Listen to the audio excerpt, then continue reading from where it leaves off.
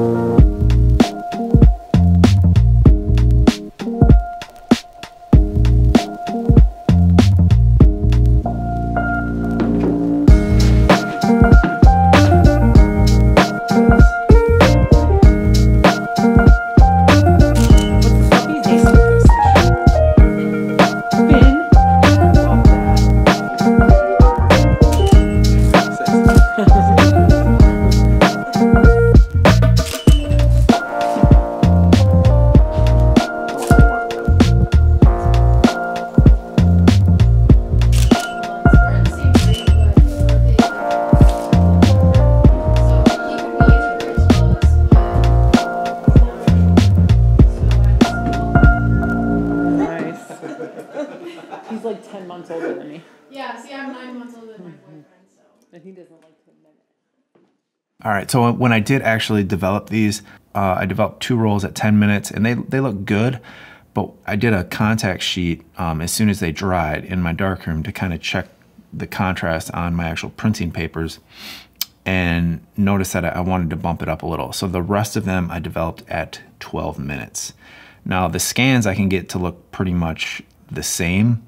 But when it comes to actually doing the lift prints, like I said, I like to bump up that contrast a little. Like I said, most of these were shot with my 120 macro. Then when I went to getting close, like this one here, you can see that these are definitely nice and sharp, and I am very happy with the results. But for like the ones where I got in really close here, I was actually using the 21 extension tube. And like I said, I metered at 5.6, but with the macro lens and the extension tube, I shot at f4.5 to make up for the bellow, or the extension and the extension tube. It gave a really soft out of focus, but you notice how sharp her actual eye is. Well, her eyebrow in that case. And then the rest of these just look really, really nice and sharp, and but you can see how sharp her lashes are, and you can see that her eye is actually like slightly out of focus, but it looks good, and I'm really happy with the results. Like I said, I think that I want to shoot some HP5 and kind of do the same thing and compare them, but I'm also really looking forward to getting these in the darkroom to print them. So I hope you found that interesting. If you've never given Ectol a try, I would just make sure you mix it correctly, and we'll see you next time.